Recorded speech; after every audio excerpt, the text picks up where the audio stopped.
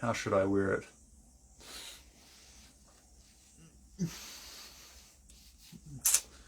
How do the Rastafari wear it? I think they kind of wear it kind of back like that and then down. Yeah, like that. Okay. So, yes, I want to do a little lecture on some new vocabulary we need in the English language, because we are having some weakness of communication today.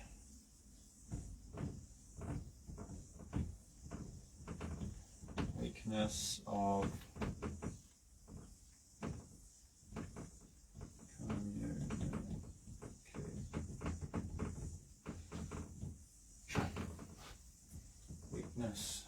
communication, because there are some new things today.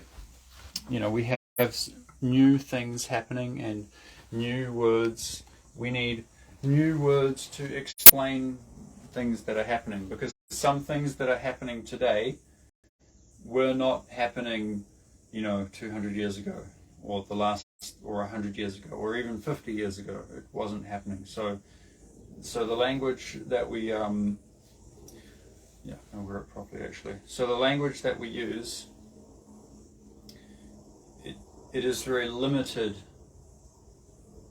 to explain what's going on nowadays. Like, I'll give you some examples. The first one I want to teach, and maybe we can find other examples, so that you can see that there are many examples. Like, I'm not just biased towards the subject that I'm going to talk about. People may think that I'm just biased, and like I love this subject so much, so I want to talk about it. But actually, there's many examples as well. But I do love this subject actually. So yeah, that's UFOs, UFO, and I guess I'm not going to show you what does U mean, what does F mean, what does O mean, what is it an abbreviation of. I'm not going to go into detail about what this is an abbreviation of, or a shorthand form of. However, we need to think, like, what comes into your mind when you hear that word, or when you see that word. What mental image does it give you? I think there are at least two. No, actually, I'll say there are many different things it could mean, but I would say those many different things are basically in two categories. Yeah.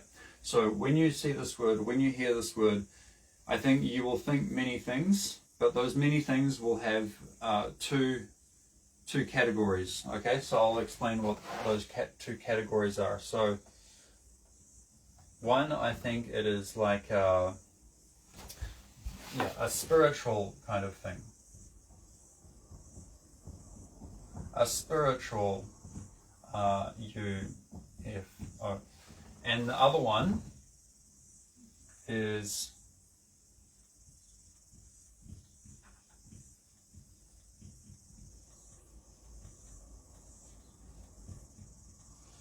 mechanical UFO. Okay, so I'm pretty sure that when you hear this word, maybe I'll put it there so you can see. When you hear this word UFO, I'm pretty sure what you will think in your mind will be either this or this. It will have a category, also subcategories there and subcategories here, of what these two things, this kind of dichotomy that we have here. A spiritual UFO, what is that? That must be something like a spirit, or a high energy being from another dimension, maybe, or some other kind of life form that we didn't know before, that resonates on a very high energy kind of level. I think we can call that like spiritual UFO, or it could be a ghost, or an angel or a demon or a, you know, some spiritual explanation here. The other one here is a mechanical UFO, and I think this one has about two branches here. What this could mean. This one has many, but this one has, I would say, two main branches. That would be a man-made or extraterrestrial. Do you know this word? Extraterrestrial. This is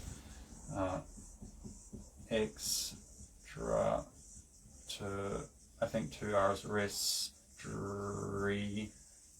extraterrestrial. Terrestrial, it means, you know, it means the earth. Yeah, the earth. Extraterrestrial, terrestrial, excuse me. Terrestrial. That word, it just means on the earth. Extra, if we say extraterrestrial, then it's outside of the earth, somewhere else. Terrestrial is on the earth. Extraterrestrial is somewhere else in the universe, or out of our solar system, or, you know. So extraterrestrial, you know, outside of the earth. So a mechanical UFO, I'm pretty sure there can be an extraterrestrial one, or actually, this also actually has another one. Alien.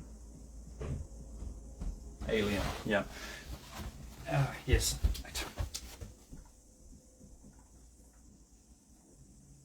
Yeah. Basically, too. So the extraterrestrial UFO, it could be extraterrestrial. It could be human. Extraterrestrial could also be, you know, alien, something completely, you know, different from us. Why? Because there probably are military bases. I'm saying the USA military, or space military, or China space military, or Russia space military, or maybe not this country, but the company within the country. So it could be like Lockheed Martin or Northrop Grumman, or I'm saying the aerospace companies, the big companies who build planes and jets and, you know, big machines that have the manufacturing ability to make something, you know, a UFO, and they already left the Earth, and then they are living on the moon or on Mars, or, you know, where they're living, and they have already been living there for a while. To us, they may look human, or they may look pretty human. However, they're extraterrestrial. They are not from Earth. They're from somewhere else. So yeah, and then alien is, yeah, something completely different, you know. So yeah, mechanical UFO, you know, man-made, or you know, extraterrestrial. So yeah, there you go. I think that, you know, we have to understand, you know, what are we actually talking about, because this one word, it can mean so many things, you know. So we have to, if we're talking about this kind of subject, you know, we have to agree, what are we talking about. We have to ask each other questions to find out which one, you know, what it is we're referring to. So yeah, I hope you learned something.